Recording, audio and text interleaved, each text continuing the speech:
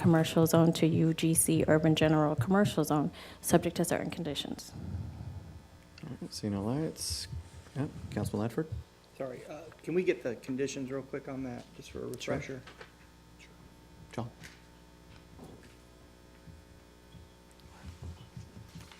This is item C, right? Yes. Give me 1 second.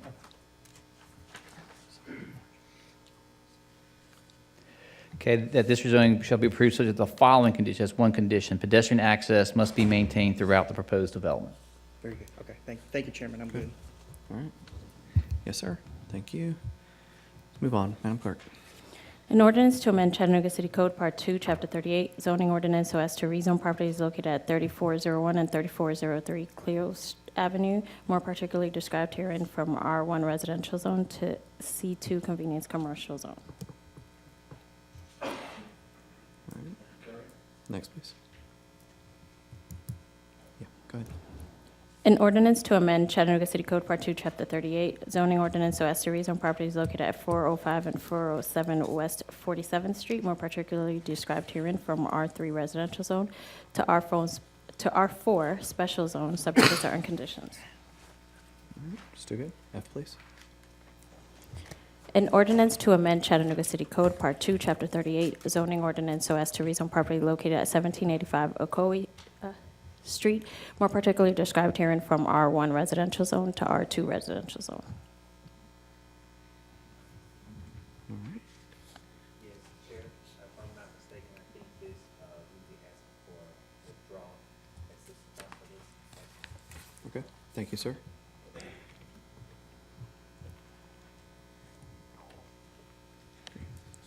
Next, Madam Clerk.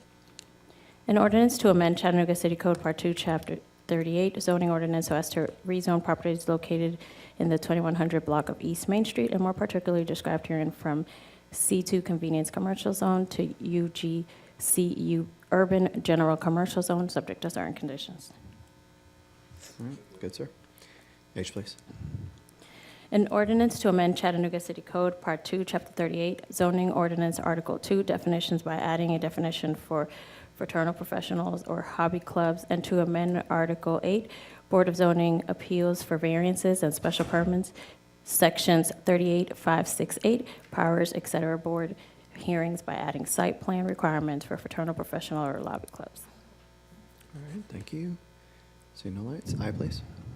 An ordinance to amend Chattanooga City Code, Part 2, Chapter 38, zoning ordinance, Article 4, height and area expectations, and other special permits, Division 1, height and area exceptions, Section 38510, access to commercial zone, industrial, or other non-residentially zoned properties to the R3 residential zone or R4 special zone, that if developed with non-residential uses, the R3 residential zones and R4 special zones will be considered a non-residential zone for purposes of access only.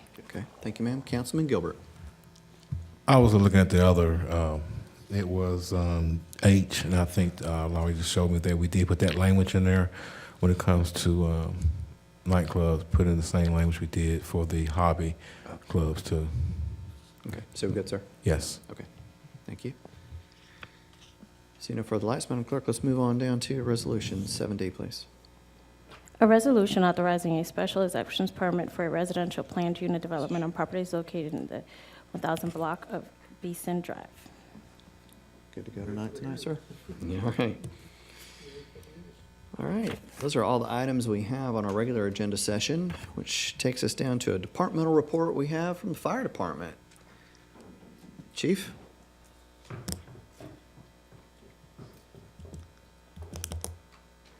Good afternoon. Good afternoon, Chief. First of all, thanks for letting us present another time for the fire department. We've been very busy over the last number of months since our last report, and just going to kind of give you just a quick snapshot of what's going on versus call volume versus all the stuff that we're doing on a daily basis. Next slide, please.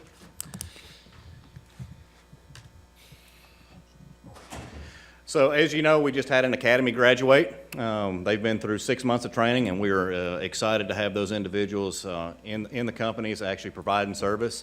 One key thing that I want to point out in all that is that we look at staffing, and staffing is an issue for us constantly, as you know. And we strive to have 4 and 5 people on those trucks on a daily basis. And as you know, with injuries and personal time off and training, it's difficult to maintain those full staffing levels. So if you look at the monthly staffing levels for October, which was prior to graduation, on average, we were putting 3.4 people in seats on those trucks on a daily basis. So you can see what kind of impact just having 23 new firefighters has. We run that number up as soon as they graduate to nearly 3 3/4 of a time that we're able to staff those positions. And as you know, with injuries and everything else, it's difficult to do that. So we're hopeful come this spring that funding will allow us to have another academy so we can keep that momentum going. We're already 15 personnel down, so understand how critical it is for us to keep up the pace and keep running those academies to keep those staffing levels there. Moving on to our officer promotion. You can go back one more slide, please. Nope, other way.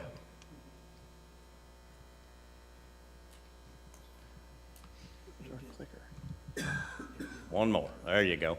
Our officer promotional testing, we will plan on starting in the spring. We just actually had a kickoff meeting today. This is our promotional testing for our lieutenants and captains. One thing in particular that we have learned over time of doing promotions, we have a company come in to do them, so there's no bias there. In the past, we had done our battalion chiefs in-house, and we did a very good job of a non-biased test for that. But a lot of the feedback from the firefighters and the captains that took the promotional assessment centers over the last couple of years, that we've responded to their feedback, and they wanted a third party to do the testing for battalion chief.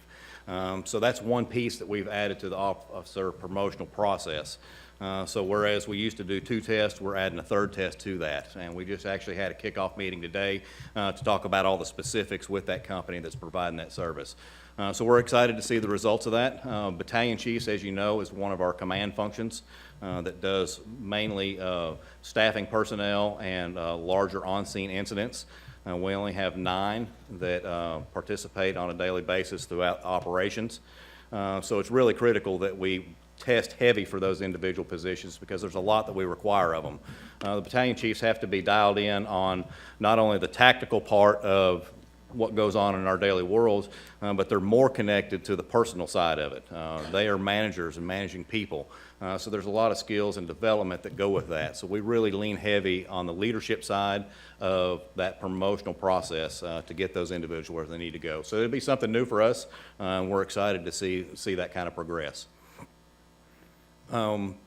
Tri-State Mutual Aid, I think you guys are aware that back in September, we signed an agreement with the Tri-State Mutual Aid.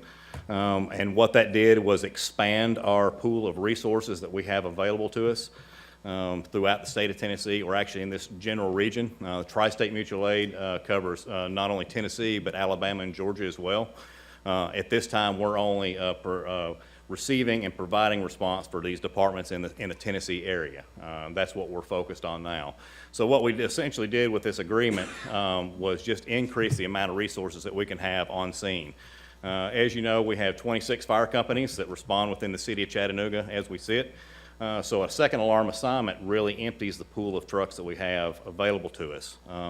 With the fireground survival, with an emphasis on safety, we put more trucks on scene on the larger scale incidents to provide that level of safety. And to be able to shore that up, being able to draw from resources in the county from those other fire departments really adds a mechanism that we've never had before.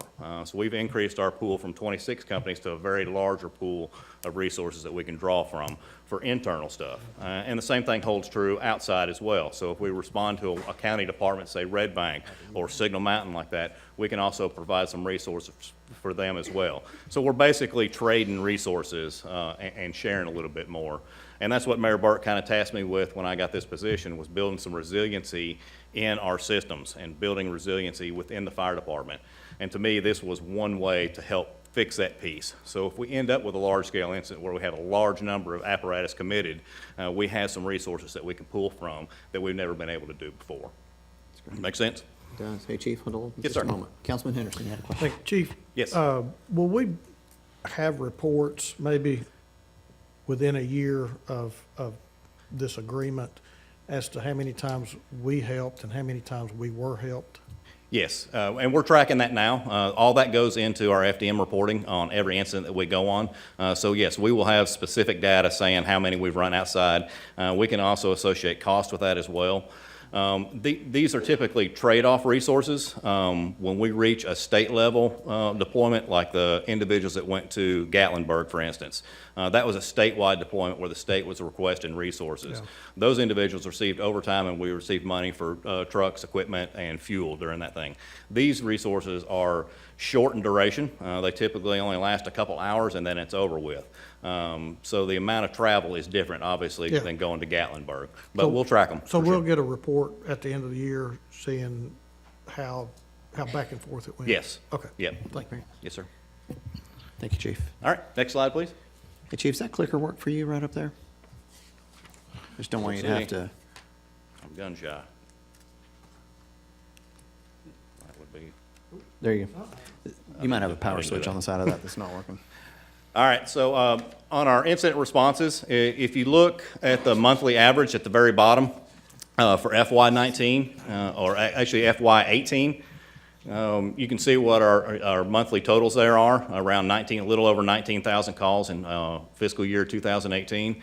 If you compare that with fiscal year 2015, it's quite a bit an increase, and we figured it's about an 18% increase in the number of responses that we go on a yearly basis. To me, that's critical.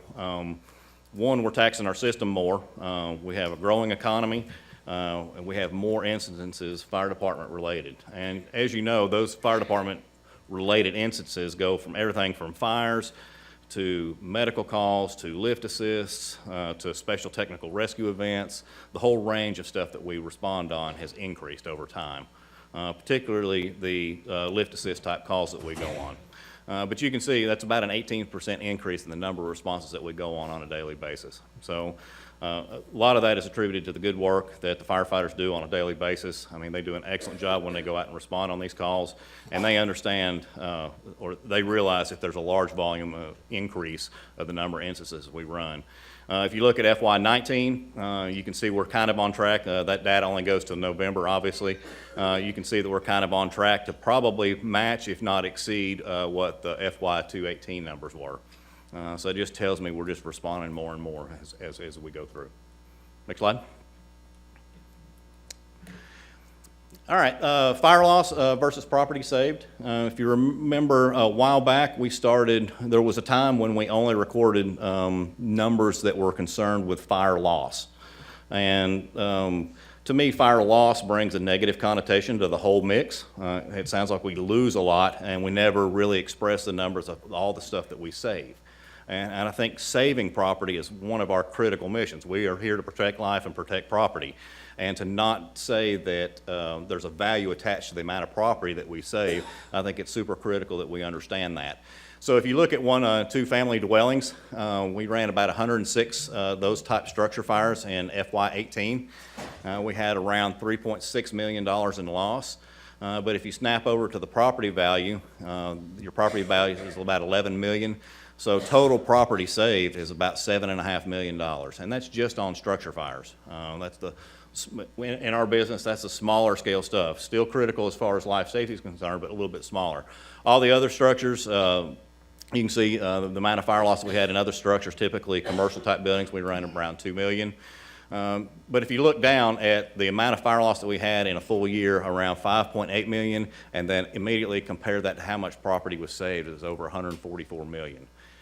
So if you know, our operating budget's about $45 million. So if you compare how much we've saved to how much our budget it costs to run our fire department, I think that number speaks volumes in the good work that our men and women do every day. FY19, we're kind of on track as well.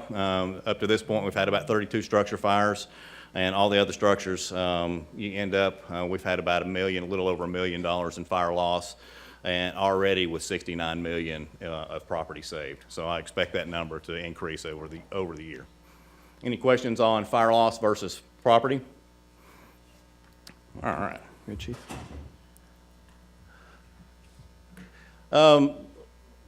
One other thing I want to point out is all the stuff that the firefighters do on a daily basis as far as our community outreach. I talked to you a while back with Captain Terry Rochelle, put on a summer camp, hosting with Brainerd High School and some of the YFD centers, and how successful that program was.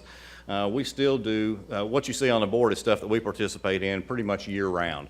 With the American Red Cross, we're always going out and doing smoke detector giveaways. We just did,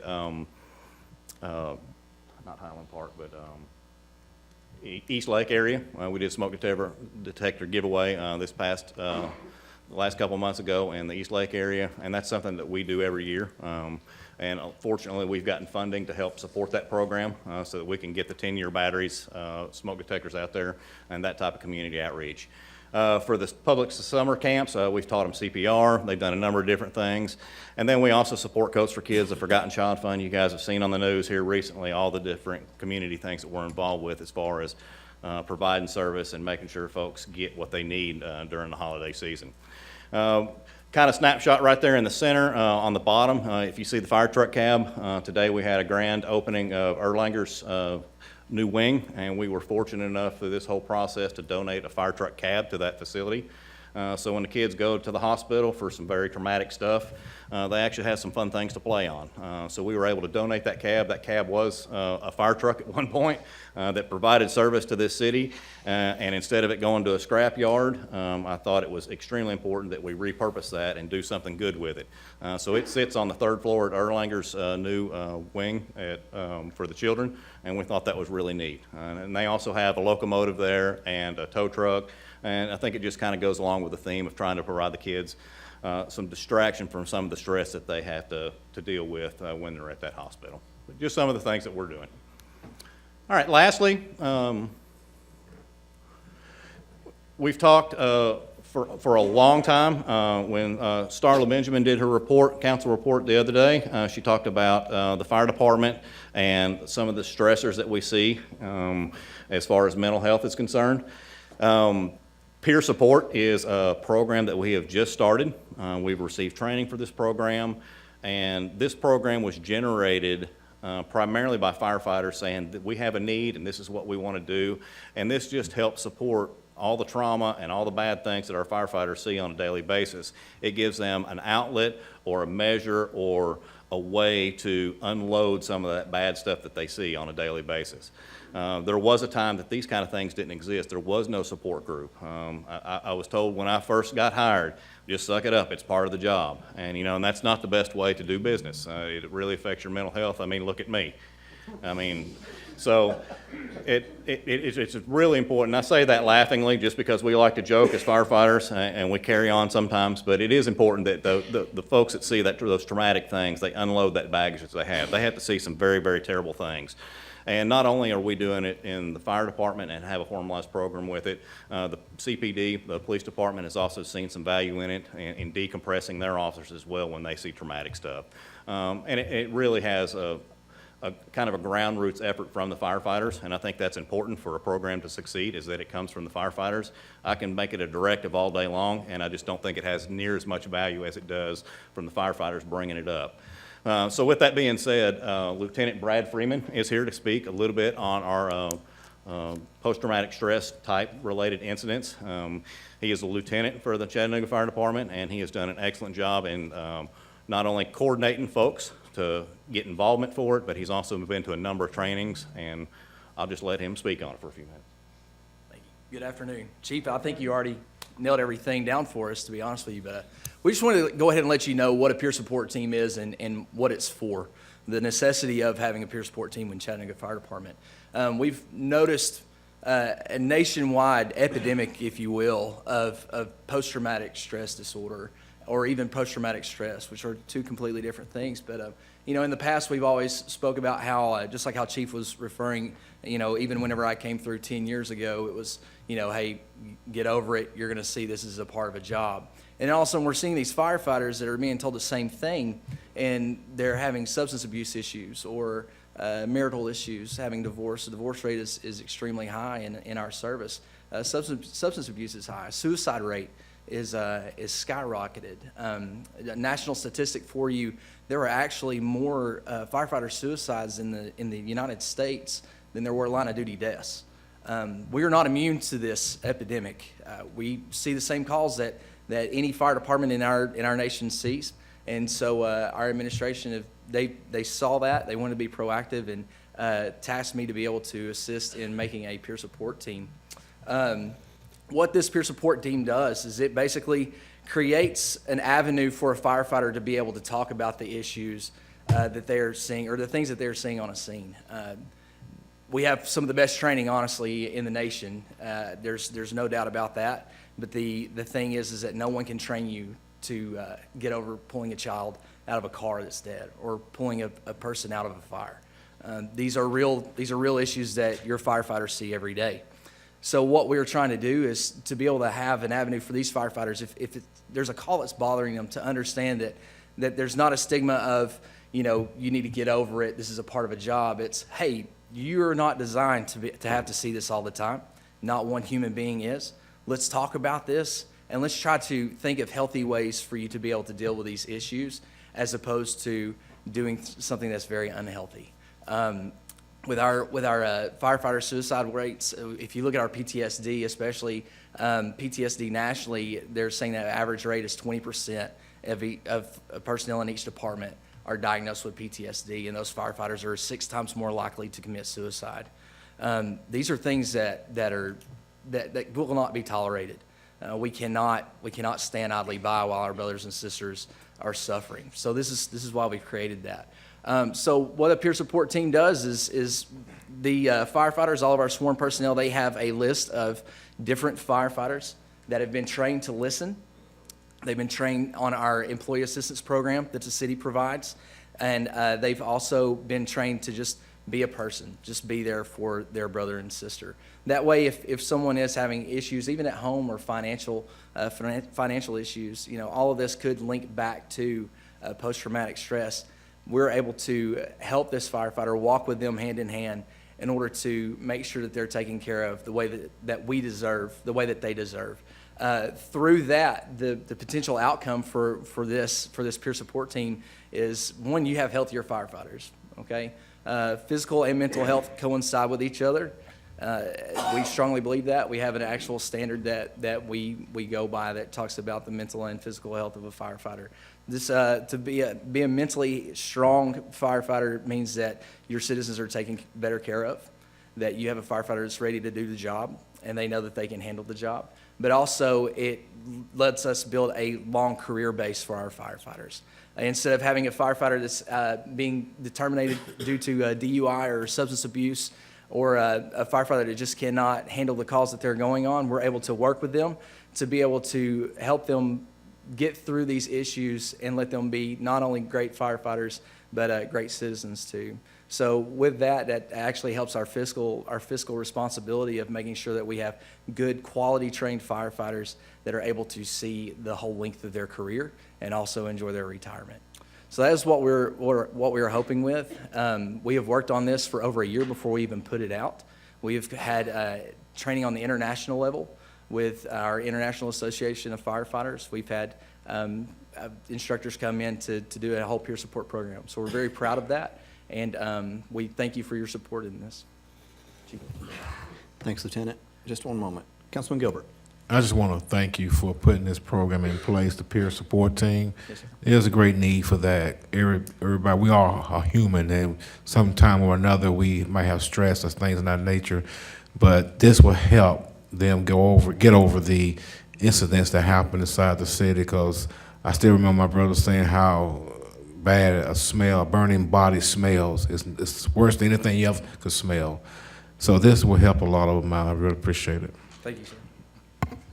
Thanks, Lieutenant. One other quick thing too, I spoke to a bunch of firefighters that responded to the Woodmore crash as well, and all that stuff that they see is still raw to them. So 2 years we just came by the anniversary 2 years ago, and a lot of those folks are still struggling, and this peer support it couldn't happen at a better time. I agree. Councilman Ledford.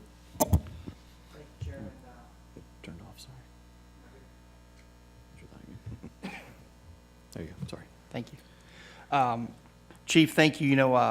As I spent time with the firefighters and talking with the guys in the local 820, I'm always reminded of how many times, and you showed the numbers earlier, how many times you all go out a day. And I think it's important to note that you see the number of calls, but that's averaging out to 53.7 calls a day for service. And that's a lot to take in for any human being. And I appreciate that what the work you're doing with that, PST and the peer groups. My question to you is, outside of the EAP, is there any regular ongoing training to help deal with things that kind of like before they get to a point where someone calls for help? And that's part of what the task force has been, what they're working on. There's a program out right now called Stamping Out the Stigma, which encourages firefighters to come forward with problems instead of just bottling them up. That's one small program. There's a lot of reach back services or reach around services through the international and through a bunch of mental health agencies that can help provide counselors and all that kind of thing. So I just wanted to clarify, the PT, our team is not necessarily counselors, they're just sounding boards to connect those individuals with resources. And they have a large resource list that they can connect them with based on the incident and we can actually target specific an incident with a counselor. So that counselor knows what they're talking about, that it's not something new to them. Because we have had instances where firefighters have talked to counselors and then the counselor needs a counselor. So that's what we want to try to avoid. Awesome. And in the great work that you all do in helping each other out and looking after each other, I applaud you and keep it up. And we're proud of that. Thank you. Thank you, Thank you very Chairman. much. Thank you, sir. All right, see nothing further. Chief, thank you so much Thank for you so much. everything. Thanks again, Council. All right, with that, if there is nothing further for our regular agenda session, we will adjourn to the Public Works and Transportation Committee with Chairman Mitchell.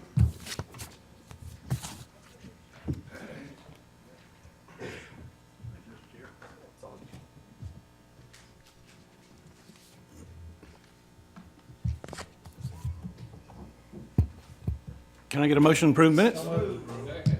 All those in favor say aye. Aye. That's pretty good. We're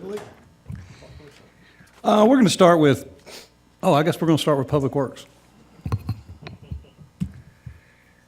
We've got ordinances on first reading this week. And so would you start with 6J, please, Madam Clerk? An ordinance closing and abandoning a sewer easement located in the 700 block of Ashland Terrace as detailed on the attached map, subject to certain conditions. Don't see any lights, and I'm okay, so let's go to K. An ordinance closing and abandoning a sewer easement located in the 4400 block of Oakwood Drive as detailed on the attached map, subject to certain conditions. Okay, Councilman Gilbert. All right. L, please. An ordinance closing and abandoning a sewer easement located at 801 and 553 Rivermont Parkway as detailed on the attached map, subject to certain conditions. Thank you. M, please. An ordinance closing and abandoning a sewer easement located at 5530 Tennessee Avenue and 525 McGrath Street as described on the attached map, subject to certain conditions. N. An ordinance closing and abandoning a 5-foot portion of sewer easement located in the 800 block of Douglas Street as detailed on the attached map, subject to certain conditions. All right, thank you. So that's it for ordinances this week.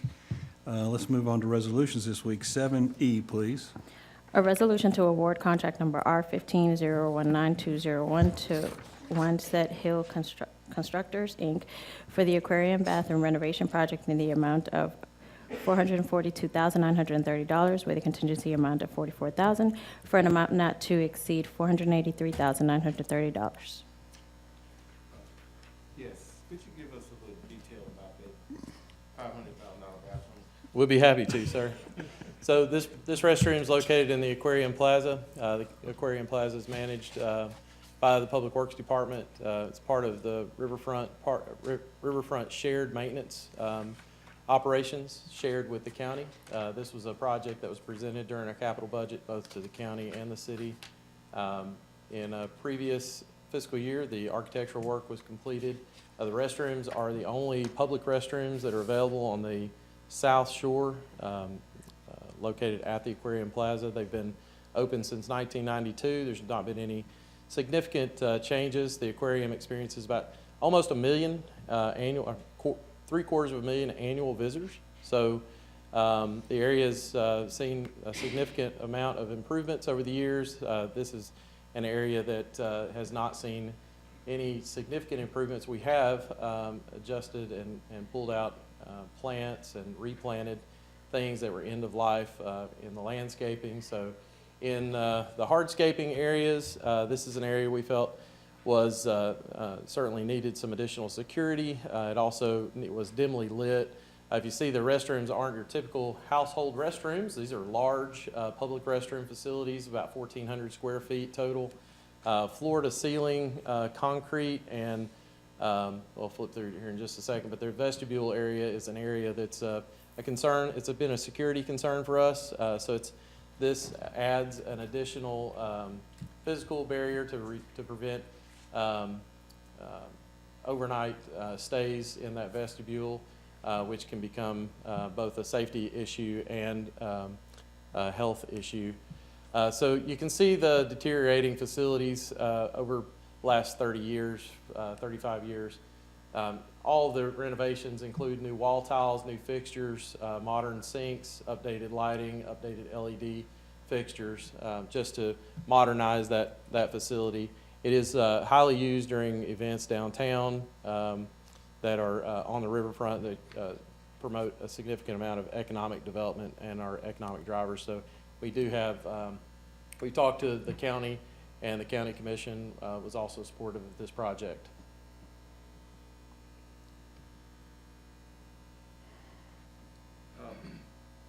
Yes, excuse me. Okay, what portion of this is the county going to account for? So after we construct the facility, finance bills the county half of the total cost of construction. So we split this in half. The total amount is $486, so it'll be $243,000 that the city will incur and the county will incur as well. And we have also been working with the aquarium closely. They're excited about this project, obviously, as well. Thank you. Yes, sir. Councilman Henderson. Just how many contractors bid on this? See if I can pull that up.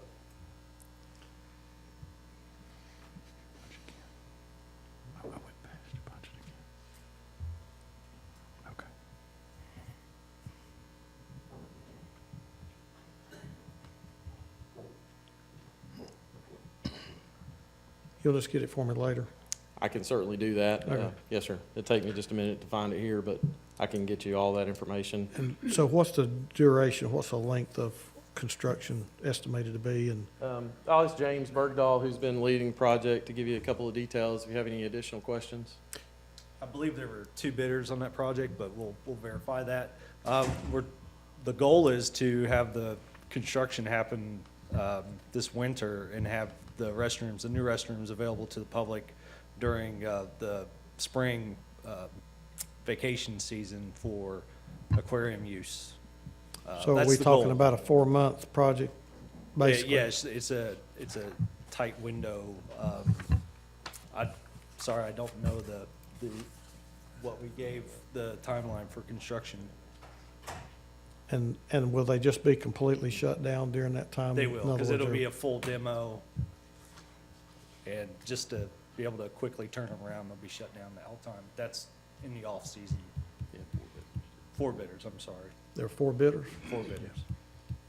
Yes, sir. And a year and a half ago, almost 2 years ago, the architectural design that was completed was a very close estimate. The architect's estimate was very close to the contractor's, all And of the I'm bids. assuming, did we do that lowest and best? I mean, were they the lowest bidder, or They were are, there other factors taken into no, consideration? they are the lowest bidder. They're the lowest bidder, okay. I'm sure. All right, thank you. Don't see any more questions. Let's go to F, Okay. please. A resolution authorizing the approval of change order number 1 final for JDH Company, Inc., relative to contract number Y17007201, replacement roofing system for Carver YFD Center for a decreased amount of $85 to release a contingency in the amount of $20,000 for a revised contract amount of $192,759. All right, G, please. A resolution authorizing the approval of change order number 3 for Burns and McDonald Engineering Company relative to contract number W16013-101, Citico Pump Station Reliability Improvements, a constant decree supported project, for an increase in the contract of $160,080 for a revised contract amount of $1,341,230. Councilman you sure do a good job of getting your districts and projects. All right, good job. H, please. A resolution authorizing payment to Hamilton County for the annual City Works Asset Management Software Maintenance Support for the period of November 11, 2018 to November 10, 2019, in the amount of $34,075.01. All right, no questions. So we'll move to next week, December 18th, and we'll start with resolutions number 7H, please. A resolution authorizing the approval of change order number 1 for Hazen and Sawyer relative to contract number W17004-101, wet weather combined sewer storage, Phase 1, a constant decree project for an increased amount of $469,396.25 for the revised contract amount of $2,052,396.25. Councilman Henderson. So Justin, that's a pretty good increase. Is it all just in design for that third facility, or? So it was actually a second and a third facility redesign, additional RPR services, and additional construction administration. So we increased the scope pretty significantly from one tank, one of these equalization stations to, You got to put some money. to 3. We are constructing 2 of those, and there's a third that the design's been prepared for. But these were requests from the city for Hazen Sawyer to increase the scope. It also includes tying in the force main, diversion structure, several underground tie-ins as well from Ham Road to the treatment plant and the interception. And is this coming out of the consent decree revolving funds? Is that where that money's Funding, coming from? let me get back to you on the funding source to see if it's an SRF funded or if it's, I don't know if it's debt or if it is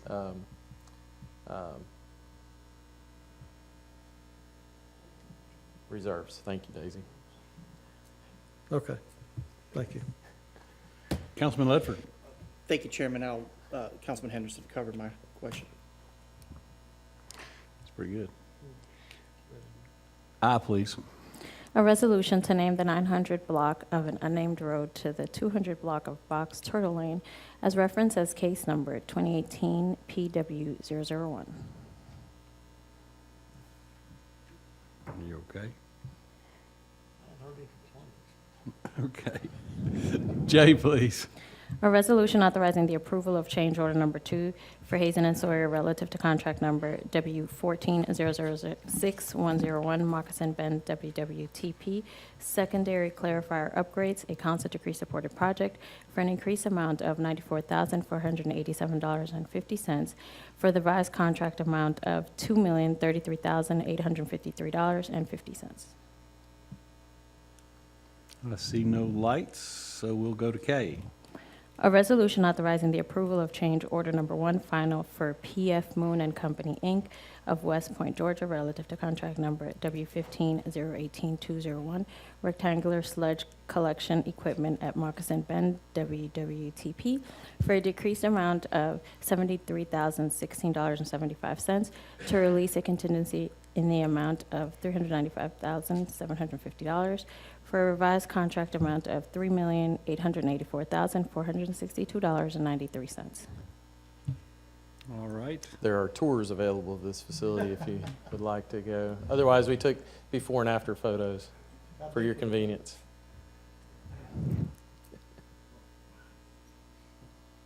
Anybody want to take him up on that? All right. Thank you, Yes, he Councilman. did. Thank you, sir. L, please. A resolution to rename the Unit 100 and 200 blocks of Wahila Road to the Unit 100 and 200 blocks of Wahila Drive as referenced in case number 2018 PW003. Better go to M.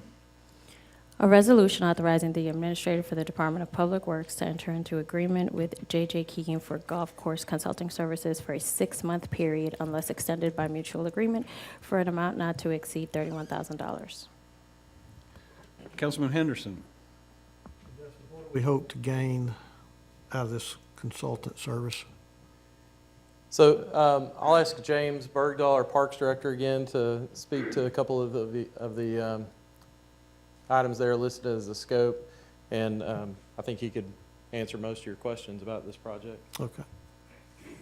The goal is to look at where we can find some efficiencies in our operation, look at the condition of the courses and our facilities to identify some capital improvement projects, look at ways to increase user experience, look at ways to increase revenues. I don't think that in the history of Chattanooga's golf courses, they've ever had an outside consultant look at them. The golf market has changed in recent years, so we're looking to where we can compete and increase revenues to help offset some of these increases in cost. And as you know, time goes on, costs go up, and we want revenues to match that. So I know at one time, and we've talked about this a lot, we have been told that they're at least breaking even. Is that still there's the been case? there's been some few years here recently where there's been some unaccounted for costs that have hit us, as well as some unexpected revenue, negative revenue factors such as weather or sewer projects. Has been some ongoing issues at Brown Acres, and will also be upcoming at Brainerd as well. So, and the T-Dot Road project on I-24 is going to impact Brown Acres in the coming years as well. So, it's been a challenge to be in the black. So with this consultant and this scope, I mean, are they even going to look at the possibility of privatizing? I didn't say it. I think we're open to. Just ask a question. We're open if to we're all gonna look at it, recommendations. are we going to look at it? This individual is a well-regarded consultant in the business, so we're going to look at all opportunities. Okay. Thank you. Thanks, James. Councilman Ledford. I'm good, Chairman, after that answer. I'm good, too. Thanks, James. Thanks. All right, we've got one more Public Works. It's N.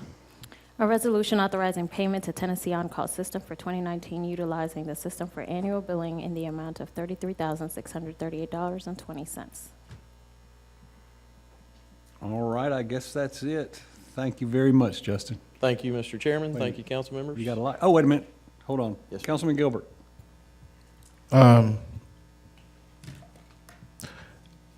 There is it was an increase of water coming to South Check this past week on Monday, and the pipes that we got a bypass going through, some of them was underwater, and then we have another projection of water coming that way again this coming Thursday and Friday. Will any obstacles, logs, or whatever float up and puncture the pipes any kind of way? Are they secure enough that they won't get erupted? Bill, our city engineer, actually went out to look at, or had somebody take a look at that problem. So I'll ask him to address it, and I know that was a concern you had asked us. So we'll help you. Those pipes are, they actually do go along the bottom of the creek bed in that crossing area, but they stay full of water so that they'll, won't float, but they're not on all the time. And so, but they do stay full of water so that they are not flooded, and they are also weighted down in order to counteract against that flow. We've asked the contractor to make sure that they're taking into account the wider width of the floodplain in the event that those levels come up, which we know that they are prone to do, but they already have been weighted down in those areas. Those pipes are not used continuously. They're only used when they need to perform a bypass operation. But there is somebody who's with it continuously when it is in a pumping mode. So in the event that there was an issue, there would be alarms, and they would be able to have take immediate action to be able to do that. But it is not something where they're pumping all the time. So they're only doing it during certain phases of the work. So you're telling me that Friday or Thursday, we're not going to be pumping sewage through them pipes? I'm just concerned about if you are pumping something through the pipes and a log actually come and hit them pipes, will it puncture them pipes so that stuff will go into sewage going to the creek? Right, and we understand that concern. These pipes are much thicker than standard sewer pipes, and they're, instead of being a glued together joint, they're actually welded together to make a single continuous piece. So these pipe walls are over an inch thick. So we don't anticipate that there's any problems. I do not know what the contractor's pumping and work schedule is. Certainly, they're dealing with water that's inflowing into the sewer in those situations, and certainly if they're dealing with too much water and can't pump enough of it, then they wouldn't be pumping. But I don't know for sure whether they're scheduled to be pumping on those days or not. But we do have precautions in place and do not expect any problems. It'd be nice if we don't, at that time, put any sewage in there because we don't really know. Also, are we going to be looking at the crest of the South Creek this coming Friday, maybe Saturday, for its any flooding, additional flood in that area? And also, are we looking at the sewage and water quality mixing on Shallowford this coming week, or this week, matter of fact, on Thursday or Friday? As far as the first portion of that, we always monitor creek levels whenever there's a rain event that comes through, and so that's just a normal course of our business. I'm not sure that I understand your question on. Well, on you know, checking when it rains very hard on Shallowford, that sewage get mixed with water. And I just want to make sure we're looking at that to monitor it so it won't get really bad, because we have a hard rain. I don't think we actually fixed them pipes yet, or have we? Right, you're talking about those overflows that are occurring in that area. Those are things that do get monitored. We do watch for those in order to, the folks in the wastewater division are monitoring for those, and they go out when there are reports of those.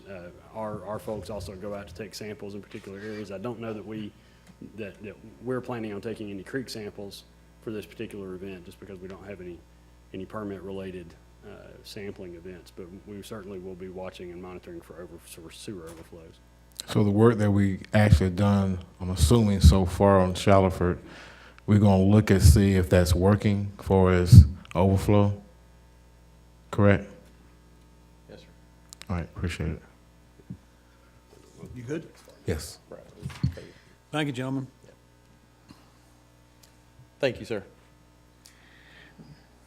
Is anyone here from transportation? Oh, hello. Well, we have a resolution today, and we have an ordinance first reading next week.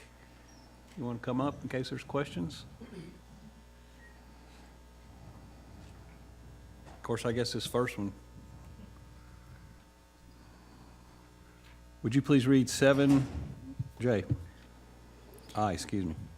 A resolution authorizing the Chattanooga Department of Transportation to erect commemorative secondary street name signs on Dodson Avenue from McCoy Street to Laura Street, designating said portion of Dodson Avenue as Jerry Marshall Senior Memorial Parkway. No questions, Chair. Truly happy to be a part of this for the family. Push your button so we can hear you. Can you hear me? Yes. There we go. Thank you, Chair.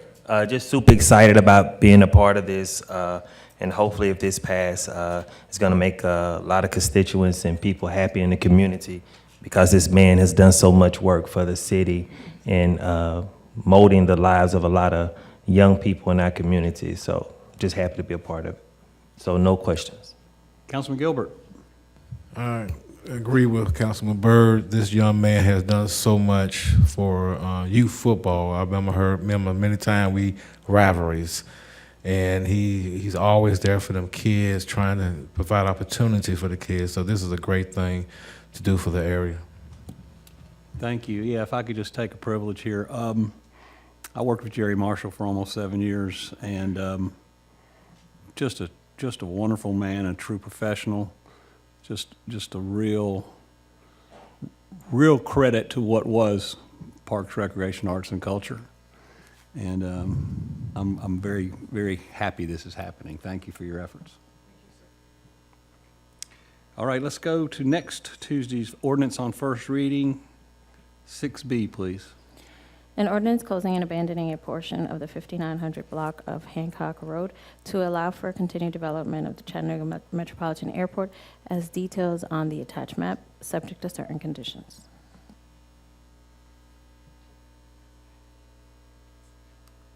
I see no questions. Okay, we okay? Thank you, sir. And Blythe just wanted me to apologize on his behalf. He's trying to get back into town. He got caught in a snowstorm in North Carolina, and so hopefully he's not speeding back, but he definitely tried to make the meeting, and he'll probably be in this evening. I thought you were going to say he's stuck at the airport. Could be. Okay. All right, that's it for Public Works and Transportation.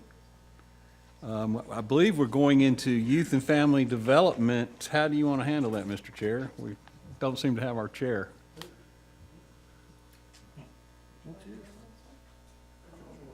I'll get it. There's just two of them. There's just two of them here. You going to speak to us, Coach? We have 2 resolutions next week. Oh, Councilman Gilbert. Just I will get the person's name. I know I'm bad on names, and I went to school with this young man, but in Public Works, we did have someone that died recently, and I think we need to recognize him hopefully tonight. But I will get the correct name of the person. I call him Shine. That was his nickname. So I want to recognize that tonight. Okay. All right, thank you. Move to approve the minutes. All those in favor? Aye. All right, so next week, 2 resolutions. Please read 7O. A resolution authorizing the administrator for the Department of Youth and Family Development to enter into a memorandum of understanding with Hamilton County Board of Education for youth and family development and human resource collaboration training services related to work-based learning at the Howard School. Councilman Henderson. Thank you, Coach. I'm just curious as to what all was involved in, I guess, us going to the school and the school coming to us. What kind of collaboration would be involved there? Yes, Mel Burke, during this administration, has been encouraging us to create, expand our reach, particularly in the schools. And with your help, Councilman Henderson, and being concerned about those relationships, and we being persistent in letting the schools know what we bring to the table and how we could be helpful to them. The doors have opened, particularly during this Opportunity Zone setup. And Jason has worked diligently to help us. And the new principal at Howard is very open to our services and opportunities to serve. So because of those relationships and those things that have been done throughout our tenure, we have a great opportunity, and Dr. Leandra Ware has asked us to help them in 2 ways. In this particular way deals with the work-based learning program. And Beverly Moultrie in our HR department and I have brainstormed about a way to reach out to create something really special with the Howard Work-Based Learning Program to be of service to them. and the students that's in that program and helping them not only with their education and training, but also the workforce that we're trying to create and expand in the city of Chattanooga. So our collaboration and partnership has allowed us to do that. So I want to thank you for your help in helping in those doors to open also. So has the program actually been developed that we'll be using? There is a work-based learning program at Howard that's been in existence. It's a national program and many schools have it, but they are in dire need of extra support. They need us in various ways, and we have the opportunities to support them, and we see how we can do it. So we've offered ourselves up as they've asked us to help them build and expand and even grow it even more. Okay, thank you. Good. Councilman Gilbert. Coach, I Yes, want sir. to thank you for your wisdom and also HR Beverly for your wisdom and providing opportunity for our youth. I think it's a great opportunity for the city and also for the students. What you're going to put in place, and I do appreciate it. I just hope once this happens, to get going, it'll be a great opportunity for we can expand some more on other schools. But you're on the right move, I believe, and I think you'll be very successful, both you and Beverly, on this project. Yes, sir. We have Brainerd and Tyner on the radar. So we're right in line with what you're saying in terms of expanding in other schools that have the work-based learning program. It's a model that we feel like we could just ease right in and help strengthen and build on in this partnership. Thank you, sir. Thank you. Councilperson Byrd. Thank you, sir. Thank you, Coach. I just want to echo Councilman Gilbert here, and please, please, please put Carver Center, East Chat, and Avondale on your radar too, because I think this is something amazing to partner with those schools, and I would love to see this implemented in the youth and family development centers in my district as well. So thank you so much. Absolutely. All of our centers are really on the radar. Beverly has a great vision, and she has recognized what we've been trying to do through career development, and through her vision and our collaboration, we see how we can touch those teenagers across the city in those schools and our YFD centers. So we have a big vision and a plan to go across the board. Yes, sir. Thank you, Beverly. Okay, let's read 7P, please. A resolution authorizing the administrator for the Department of Youth and Family Development to enter into an interlocal lease agreement with Hamilton County Board of Education to use South Chattanooga YFD Center for 3 years for the Howard School Transition Academy classes.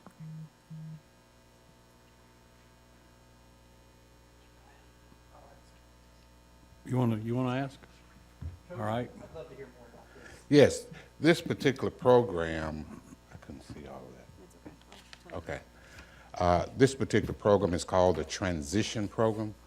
These are students that have not graduated, they're too old, and it's a version of an alternative school, so to speak, rather than sending them to the county alternative school. These students are specific to Howard School, and they have created a way for these students who are 19, 20-year-old. They're too old to be amongst the regular school population, but they are short of credits for graduation. So they may be a semester or 2 semesters short of graduation. So what Howard has done has, Dr. Ware has created what she called the Transition Academy, and right now it's being housed in the lower part of Howard School, which will become the new Howard Middle School next year. So they need somewhere for that Transition Academy to be housed. So as a result of our South Chattanooga YFD Center, which is in that community, the space that we have that's not being used during the day, we have identified that site and the space that's not being used as space that could be used for that population of students. They provide the staff, transportation, all they're asking us to do for that particular project is provide the space that they could use to house those students. They have assistant principal that oversee the Transition Academy and teachers, and the students are responsible for transportation. However, Beverly and I have discussed, most of these students spend a half a day in school, and the other half a day, some of them are working, and we want to partner with them also with this kind of a transition of the work-based learning, help some of those students that's not working transition into working with the other half of a day. So it is a way to keep these students in school and they're short of credits, but too old to be in the regular population of high school, but they still get what they need and they're working at the same time, and it's a great opportunity for us to be of service to them. Great. I appreciate that, Coach, very much, and I applaud you for that effort.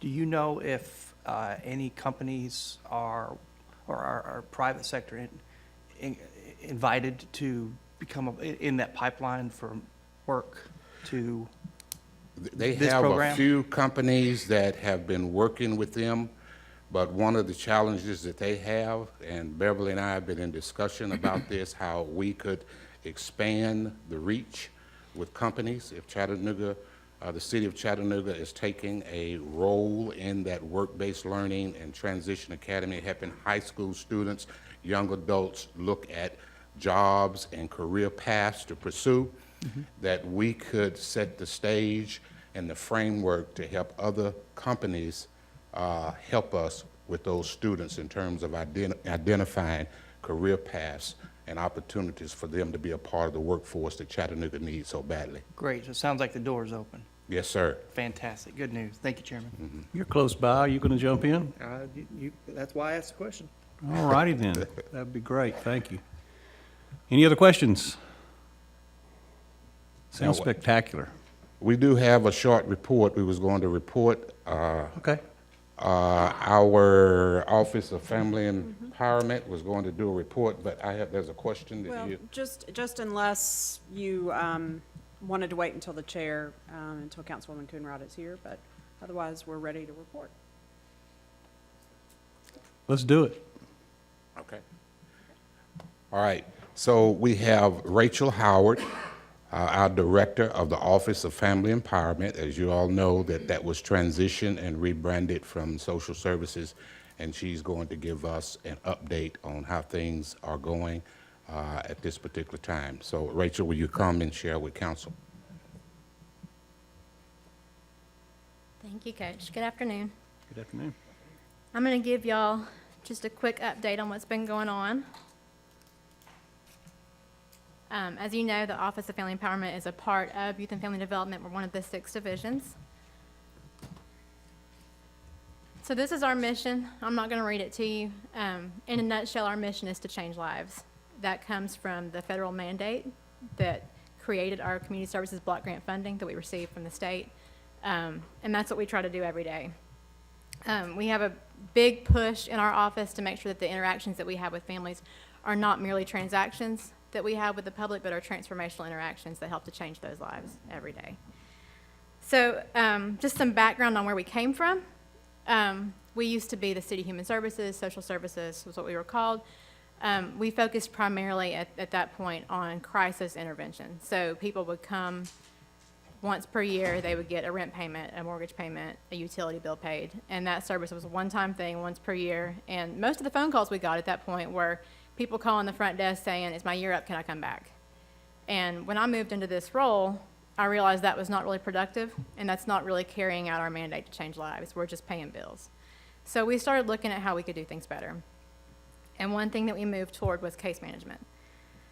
So a couple of years, like a year or so ago, early 2017, we sat down with some community partners, some of our clients, some of our staff, and people from the faith-based community, and we developed a strategic plan that was going to guide our transition to what is now our current service delivery model that we're still adapting.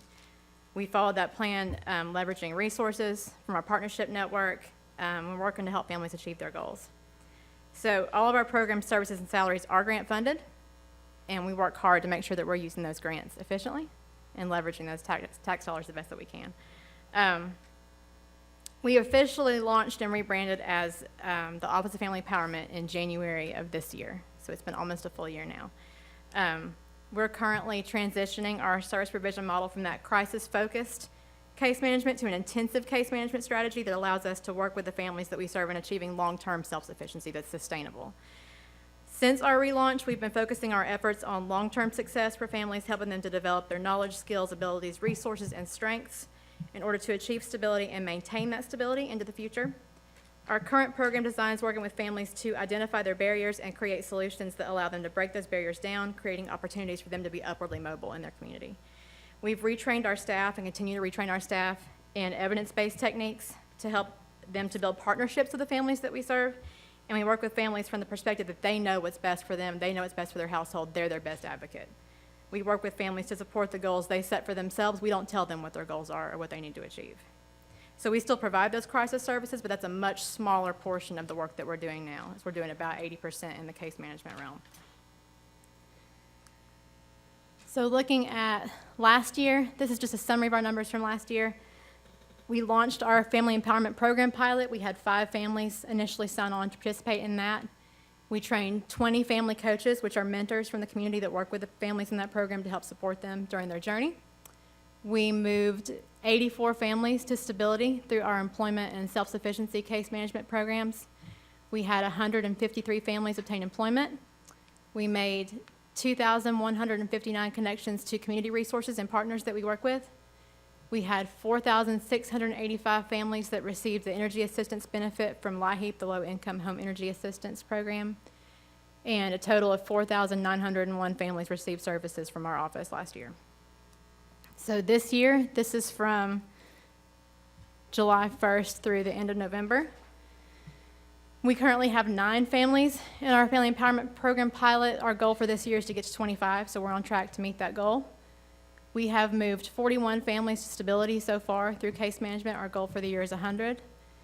We've had 64 families obtain employment. Our goal for the year is 150. So far, we've made 890 referrals to community resources and partners. Our goal is 3,000. So far, we've served 2,194 families through LIHEAP. The goal is 4,700. And so far, we've had 2,761 families that have been served through our office, and our goal is 5,000 for the year. I know Dr. Banks came and talked to you guys a while back about our career development division in YFD. We work very closely with him. He provides training to the families that we work with to prepare them for success in the workplace and beyond. We recently hired Becky Bright, who you see up there, as our front desk clerk. She's a graduate of his program, and so we were really proud to bring her on as part of our team as a product of the work that he does to help families. We also have referred, last year we referred 324 people to him for training. So far this year we've done 71. Dr. Banks also provides training to our family coaches, the mentors that we use for our Family Empowerment Program, and helps us to prepare them for the job of mentoring somebody for 2 years. And I have a success story to share with you guys.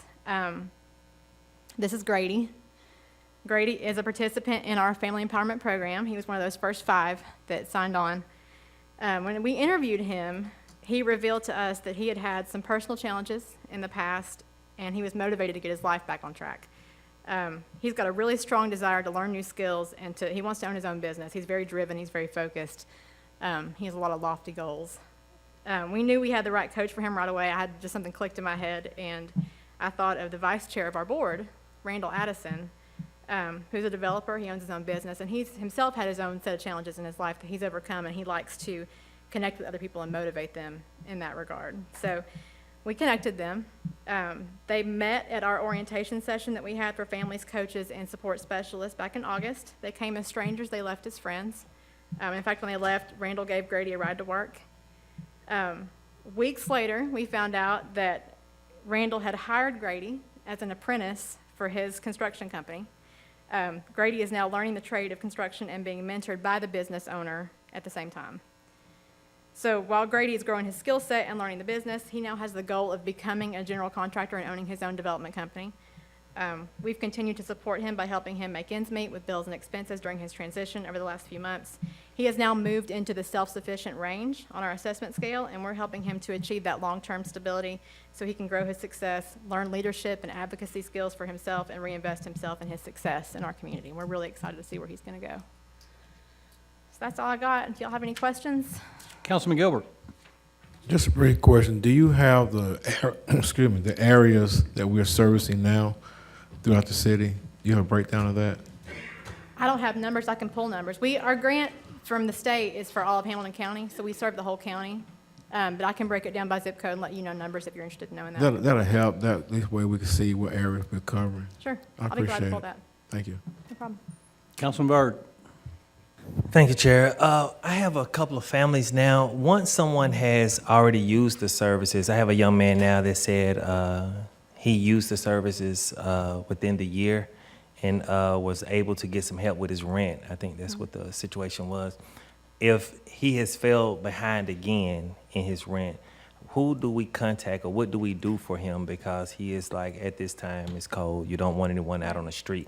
Who do we contact or how do we direct him to someone to even definitely get that stability or to even get him help this time after he's used the program once? He can come back to our office. Our state guidelines are that funding can only be used once per fiscal year per family. We have other sources that some can be used to help somebody if there's extenuating circumstances or if there's just something else going on. We want to help anybody we can, and we want to help them get stable if we can. So if we don't have the answer, we have a huge network of partners, and we can probably connect them to somebody that can help if we're not able to.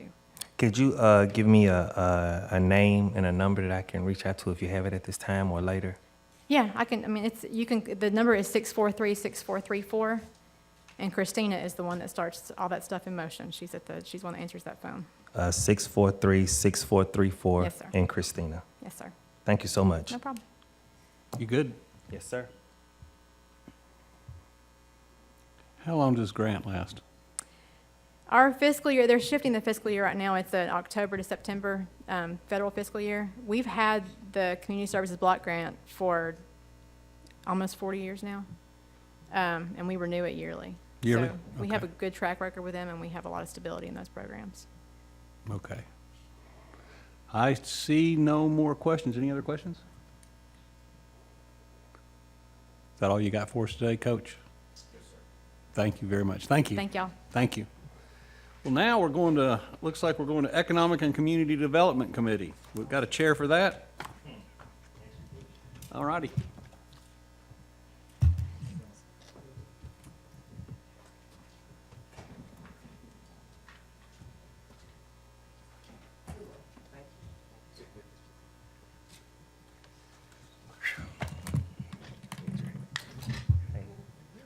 All right, welcome and move to approve the minutes.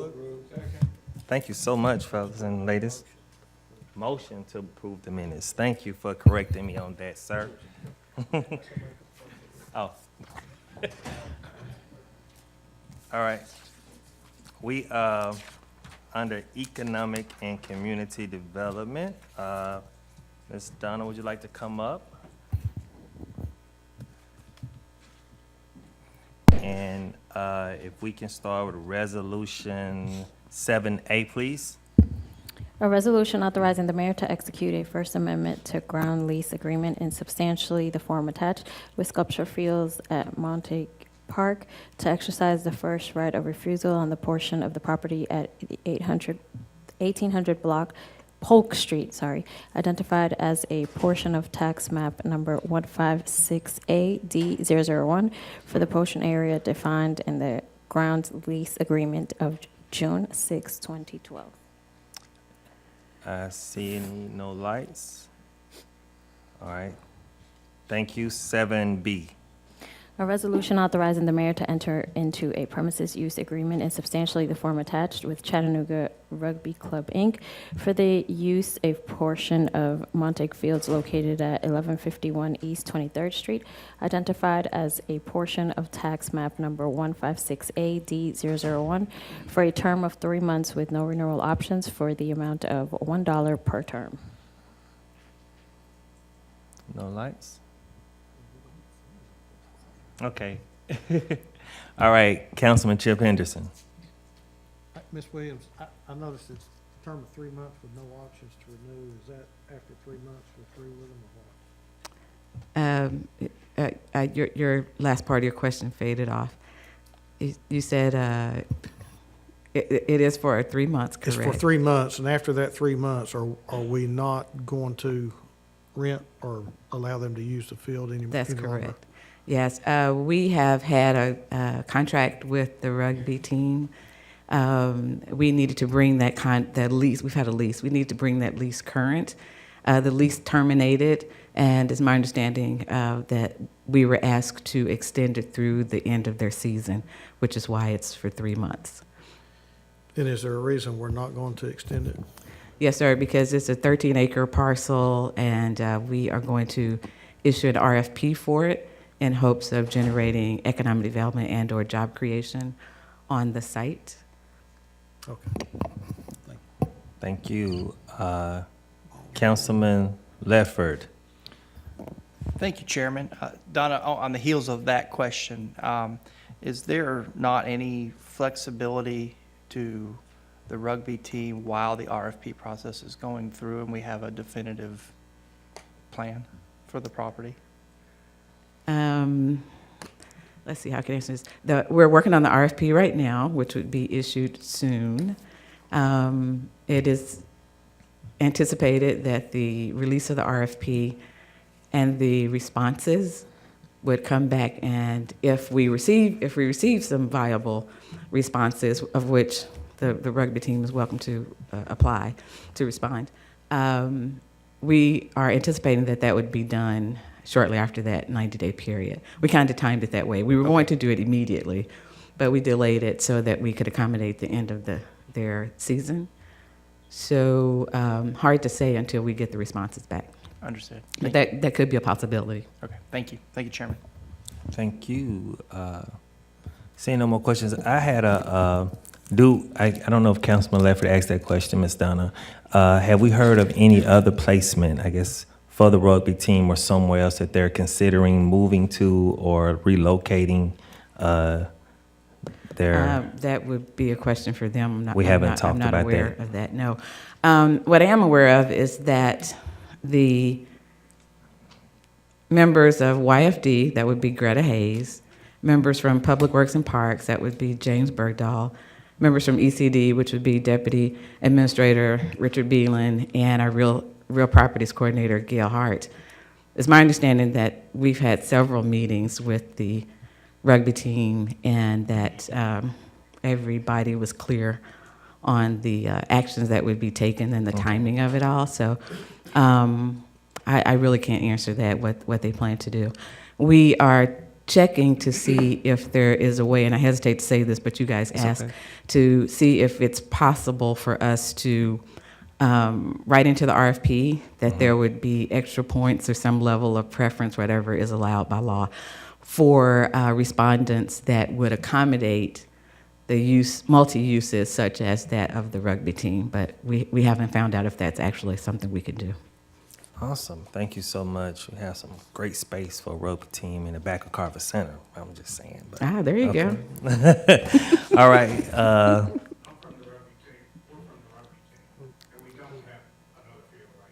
You do not have another field right now? Okay, I would love to talk to you after this session, okay? And we'll sit and have a conversation. Thank you so much for being here. Thank you, sir. All right, 7C. A resolution authorizing the mayor to enter into a lease agreement in substantially the form attached with the Forgotten Child Fund, Inc. to lease approximately 1,142 square feet located at 1715 East Main Street, identified as tax map number 156BD011, for a term of 1 year with the option to renew for 3 additional terms of 1 year each for the amount of $1 per year. All right, seeing no questions? Okay, let's move to next week, Tuesday, December the 18th. Resolutions 7A. A resolution authorizing the mayor to enter into a birthing agreement in substantially the form attached with Reinert Group LLC for the birthing of a floating restaurant with the river excursion vessel on the city's waterfront for an initial term of 10 years commencing on January 1, 2019, with the option to renew for 2 additional terms of 5 years each at a fee schedule as set forth in the birthing agreement. Okay, seeing no questions. 7B. A resolution authorizing the administrator for the Department of Economic and Community Development to retroactively execute a renewal agreement with Chattanooga Neighborhood Enterprise, Inc. for loan portfolio management services between January 31, 2017 through June 30, 2018. Okay. 7C. A resolution authorizing the administrator for the Department of Economic and Community Development to execute a renewal agreement with Chattanooga Neighborhood Enterprise, Inc. for loan portfolio management services between July 1, 2018 through June 30, 2019. All right. 7B. A resolution to make certain findings relating to the Patton Tower renovation project, to delegate certain authority to the Health, Educational, and Housing Facility Board, and to authorize the mayor to enter into and execute an agreement for payment in lieu of ad valorem taxes for a tax abatement period of 25 years for each of the years 2020 through 2044. And I think at this time, Ms. Donna, you have a presentation for us? The developers do have a presentation to give to council. Yes. And I'm going to let you guys know, that's a PDF. It's not a PowerPoint, so we may need you to advance it for us. I don't know. Council, I just want to inform you that the application for the Patton Towers renovation for a pilot request, a pilot application, conforms with the ordinance, the affordable housing pilot ordinance. The ordinance requires that 50% of the units be available, that the rent amount be available to folks who are affordable, to folks who are 80% of the area median income. This project far exceeds that. 100% of the units, which is, I think, 221 units, are reserved for folks whose incomes are substantially below 80% of AMI. And what else? What other? Oh, yeah, they exceed the 50%. They exceed the 80% of AMI. And of course, this is a bit of an infamous project here in the city, because you guys probably remember shortly after you got sworn in, in 2013, that there was a fire in the building and the entire building had to be evacuated. And so we had in excess of 200 people scattered about the city, being cared for by a lot of our service provider partners, Salvation Army, Red Cross, MetMen, et cetera, folks sleeping at the YFD centers and churches and other places. So this renovation will take care of all of those issues and others and bring the property up and beyond the current code compliance. And the people that live in the building right now are generally elderly, physically handicapped, and all are low income. So John Shepard with the development group is here to give your presentation. Thank you.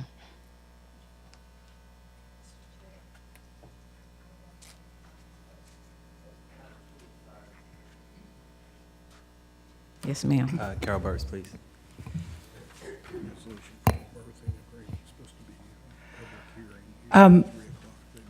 Just a couple of business questions. Sure. All right, so let me make sure, you're saying that when the project is finished, who will live there? Actually, the very same tenants will remain in the building unless they choose to move, and I don't know why they would. So it will remain affordable, I think 60% of AMI and below. Most of the folks that are currently there are well below the 60% area median income, but no current tenants will be forcibly displaced. So they will, and John will tell you more about this, but during the renovation, it will be done in such a way where the current residents can stay in the building. And when it's completed, what will be the percentage of low or affordable income? 100% of the units. Will be low or affordable income? 100% of the tenants will have incomes that are at or below 60% of the area median income, and most of them well below that.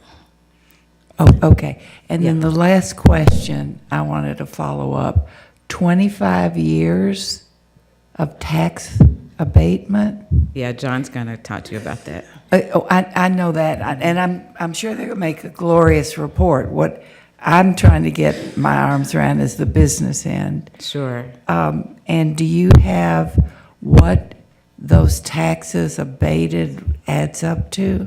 We do. Do you have that in your presentation? You do? Yes, ma'am. All right, I'll ask it. Yeah, I'll yes, ask we more have. then. And you said something that made me think, oh, Councilwoman, that I had left some. Oh, I want to thank you all for allowing us to be on the agenda on December the 18th, and I wanted to explain why we needed to accelerate the date. The developer, as is the case, often the case, when you have a capital stack for affordable housing, particularly when you start getting at the 60% and the 50% of area median income, need multiple sources of funding in order for the project to work.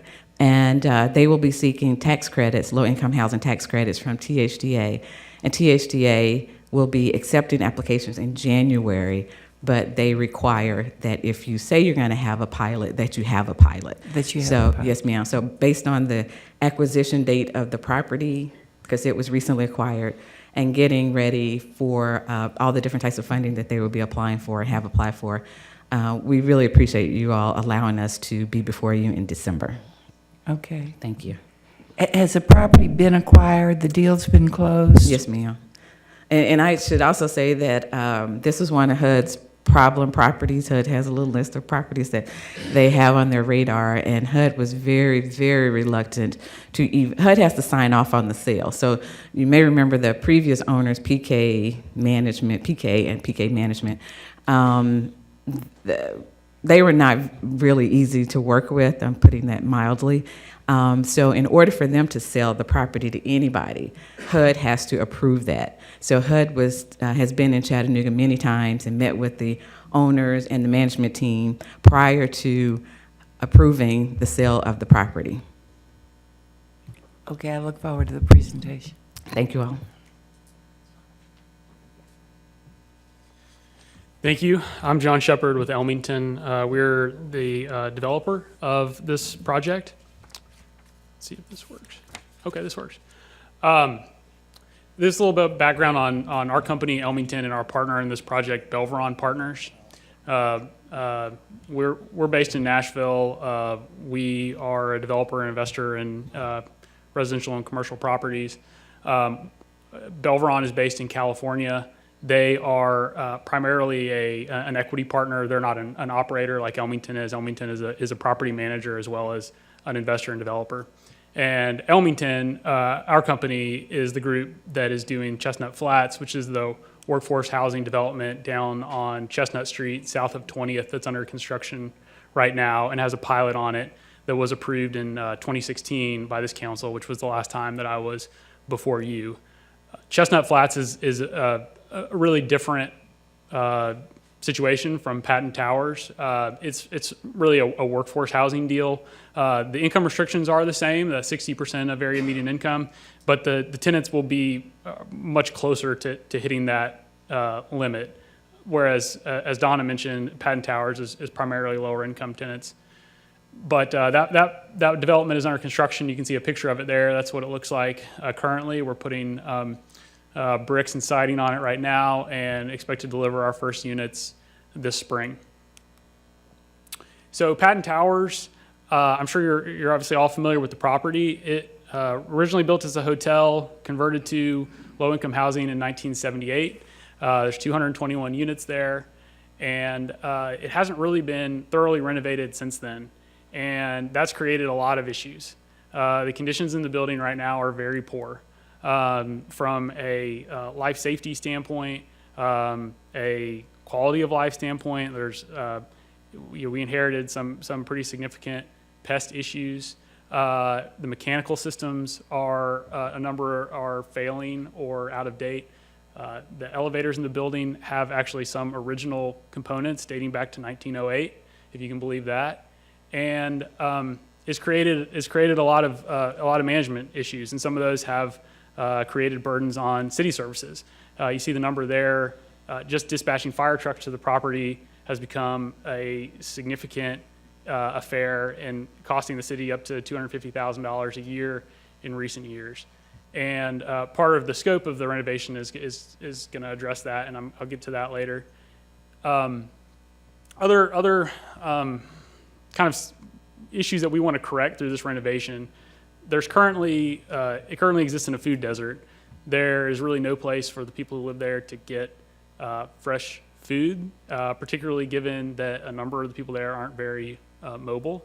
So, and again, we have plans to address that, correcting deferred maintenance issues, and then getting it off this kind of troubled assets list that HUD maintains is obviously key. So what we intend to do, we intend to spend about $9 million roughly in hard costs, just bricks and sticks. It doesn't include the cost of buying the building or soft costs, anything like that. And first and foremost, it's life safety and accessibility issues. The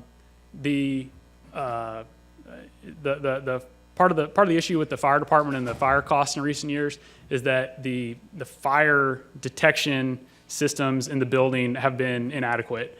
The fire control panel, the fire communicator is out of date. The annunciator is out of date. There's no fire, like stovetop fire suppression systems. There's no sprinklers in the common areas. So these are all things that we're going to do, that we're going to address in the span of the renovation. Security is also an issue. We want to make sure that the building is accessible by our residents and by invited guests, and addressing some of the issues with the mechanical systems. For just to take one of dozens of examples, literally, the chiller pipes above the ceilings were never insulated at all. So in the summertime, they sweat. When they sweat, they drip on the ceiling tiles, and then those get mold and mildew. And so that's a health hazard. It's also a maintenance problem where we have our maintenance folks are constantly swapping out ceiling tiles, and they're not addressing true maintenance issues. Addressing problems like that. And then reopening Bingo's Market with our partners Causeway, and the Enterprise Center, and YMCA. So I'm sure many or all of you were familiar with Bingo's, which was a small convenience store that was operated by YMCA on a pilot basis with those partners there. And in true Enterprise Center fashion, the goal was sort of to prove the concept, and they did prove the concept. The goals were really twofold. One was to provide an option for fresh food for the residents who live there who don't have alternatives, but also to bring people outside the building in the building. It's in the heart of the Enterprise Center, or the Innovation District, in between the Enterprise Center and Warehouse Row, but it's sort of in this, there's an invisible wall, really, where there's not a lot of interaction between the people who live, the 221 households that live there, and everybody else who lives and works around them. And so part of the concept was, that person who parks at Warehouse Row and goes to work at their job at the CoLab, can we get them to stop and get their cup of coffee at Bingo's? And we were starting to see that happening. It needed more investment than was made in it. And this was sort of right on the tail end of the prior owner's ownership of the building. And so Bingo's is now closed, but part of the plan for the renovation is to get Bingo's up and running and expanded. And then implementing energy efficiency upgrades as well. As Donna mentioned, we will not be displacing any current residents in good standing. If we have to, we'll do the renovation on an occupied basis. We'll likely need to have one or maybe two floors vacant at a time, which we can do either just through natural turn and attrition by not backfilling units. And if we need to move anybody on a temporary basis, then first we would relocate them within the building. And if we need to move anybody outside the building, our plan would be to relocate them temporarily to Chestnut Flats, which will be delivered roughly about the same time, and then move them back when the renovation is completed, obviously at all our cost and undertaking. We're proposing an affordability component that matches the length of the proposed pilot. And I would just note that, being a development focused on the elderly and the disabled, it has a light parking footprint, and that will of course remain, given that we're proposing to retain the same occupancy. So the specific request is for a pilot, 25-year term. That's the proposed pilot amount. The first thing I would note is that we are not requesting a reduction in property taxes. The property currently pays $146,000 a year in property taxes. We're proposing to continue to pay that same amount, escalated over time throughout the term of the pilot. In addition to that amount, we're proposing to pay the incremental tax value, or tax portion that would go to fund schools if the pilot weren't in place, which we project to be about $35,000 a year. So we're not proposing a reduction in property taxes. We're obviously not increasing the burden on public services, because it's the same residents that are living there now are going to live there post during the pilot term, and we're proposing to increase funding for schools by $35,000 a year. The last thing I would say is two things. First, to answer Councilwoman Burrs, your question, the total lost tax revenue over the term of the pilot, I would think of it as, but for the pilot, the assessment would probably roughly double. So if you look at currently the property's paying $146,000 a year in property taxes, you could assume that would double if the pilot weren't in place. So, that is about $146,000 a year, minus the amount that we're proposing to continue paying, the $35,000 a year. It's about $2.7 million in lost revenue for the county and city combined over the 25 years. The last thing I would say is, and certainly take more questions, but we do not undertake projects that require pilots lightly, and this project absolutely requires a pilot. There's no way that we can do this renovation without it. The last time I was before you, as I mentioned, was for Chestnut Flats, which was in 2016. But we saw this project, and given the people who live there, the location, the building itself and its historic nature, its sort of centrality to the city and the Innovation District footprint, if ever there was a project that we felt would be worthy of a pilot and needed a pilot, we felt like it was this one. My philosophy in the properties that we develop and own and manage is this a property that you would feel comfortable with one of your relatives living in? And for the last several years, that answer has been absolutely no with Patton Towers. And so, I think I feel it's an imperative to raise the standard of living in that building and make it a place where, I would feel comfortable with one of my relatives living in. Okay, that's it. All right, thank you, sir, so much for your presentation. Councilman Darren Leffert. Thank you, Chairman. Mr. Shepherd, just got a couple technical questions. Yes, sir. 221 is the current capacity? Yes, sir. Obviously, we're not full if you're able to move residents and clear out entire floors. It's in the mid-90s right now. Mid-90s? Yes, sir. Okay, so it's vastly unoccupied. The occupancy is about 95%. 95%, okay. Yes, sir. All right, thank you. You mentioned the $250,000 for fire. Fire may be able to answer this for me. Do you know, Chief, if most of the calls to Patton are fire-related or medical? And if you don't know, I certainly wouldn't expect you to have that, but knowing you probably do. I don't have specific numbers on hand, but the majority of them are fire-type calls where they've burned stuff on the stove. And like you mentioned, the fire suppression systems aren't able to do what they need to do to put fires out. So we get a lot of early responses. Just a light burn of some stuff on the stove causes a full response from us. So we run both. We run quite a bit of medical there too, from the mental health side to just any range of things, but a number of fire calls. And that's why you see the expansive truck going every time. Oh, yeah, there's always a truck. Yeah. Oh, yeah. Thank you very much. Mr. Shepherd, one last question. So obviously pilots, are we going to need the city and the county on board? Yes, sir. And I think, Dr. Burrs, thank you for the 25 years. That was a big question for me as well. So. I'm sorry, I forgot to address that question.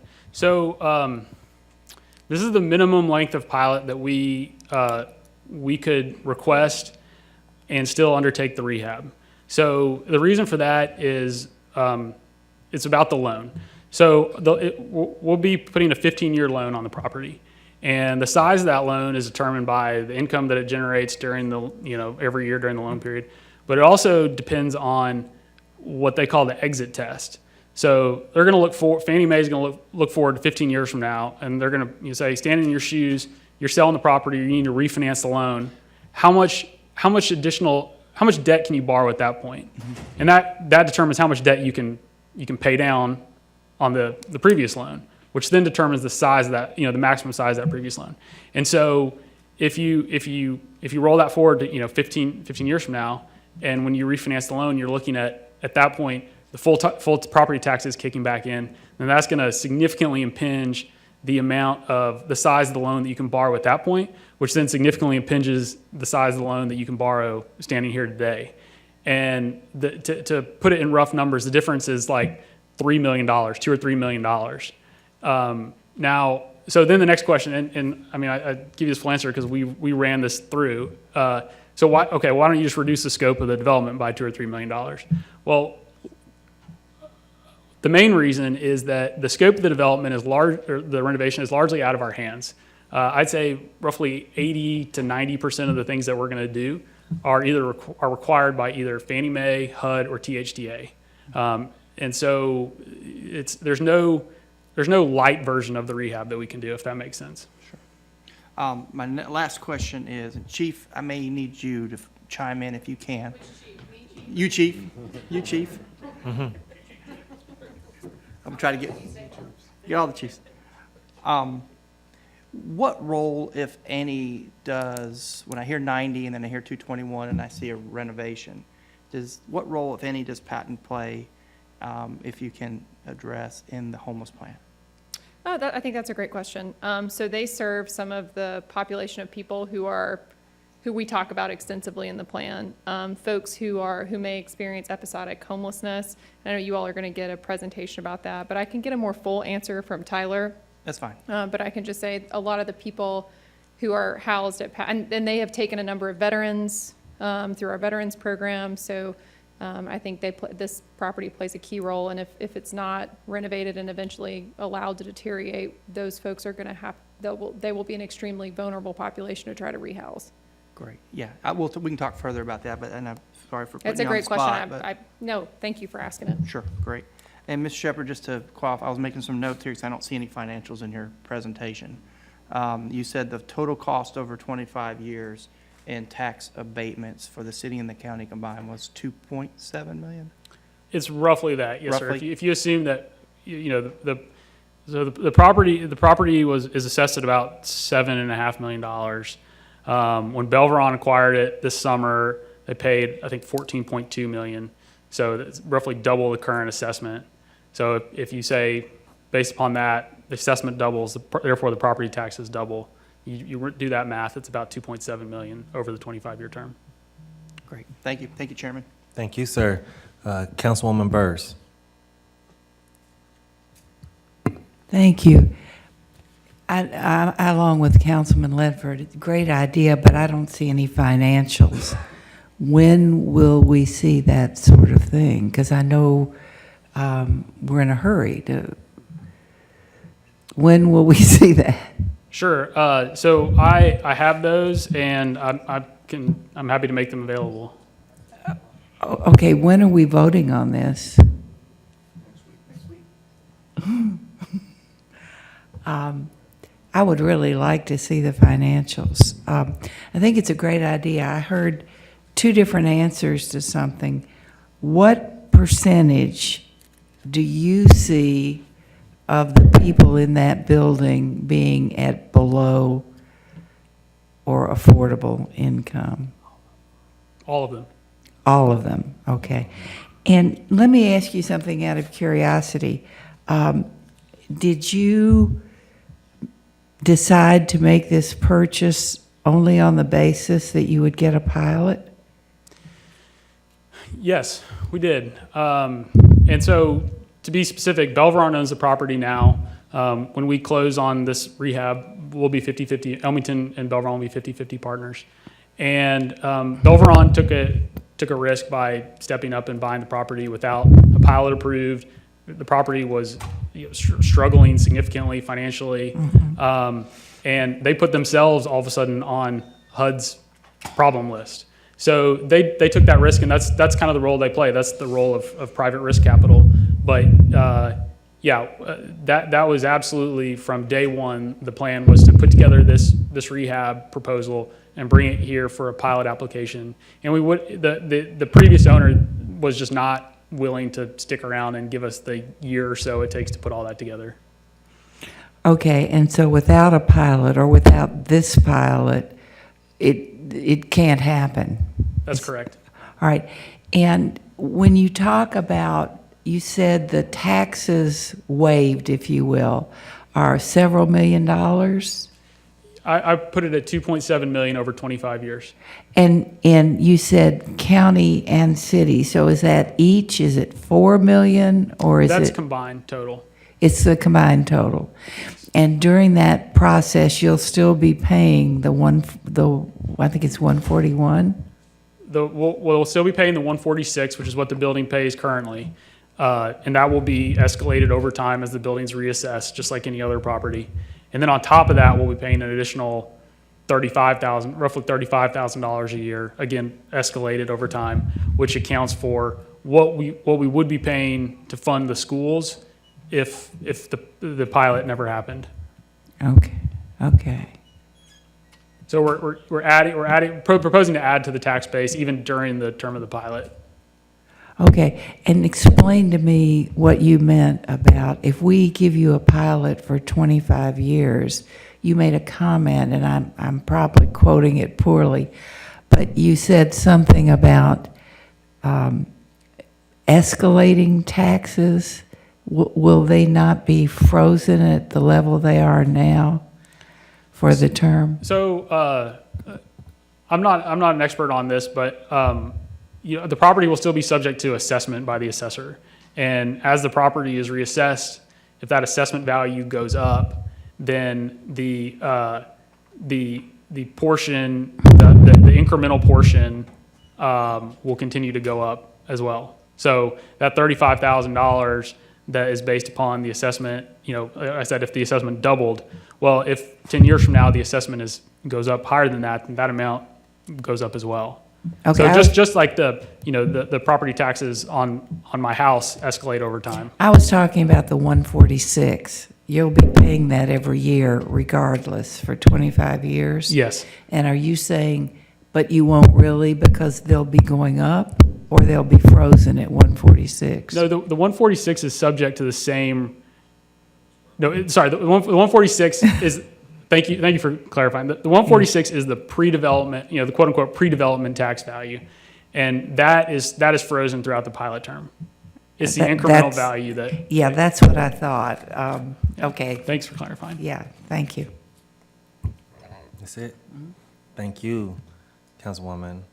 All right, I think that's it. Is there anything else you would like to add or like to say before we close this presentation out, sir? No? No, thank you. Okay, we have one more question. Councilman Darren Ledford. Thank you, Chairman. You will get us the financials. Yes, sir. All right. Thank you, Mr. Shepherd. We really appreciate your presentation. Thank you so much. And before we get out of here, I need to refer back to 7A under Economic and Community Development. Mr. Noblet. Yes, sir. This matter was actually publicized for a public hearing regarding the berthing agreement that is established here for item number 7A.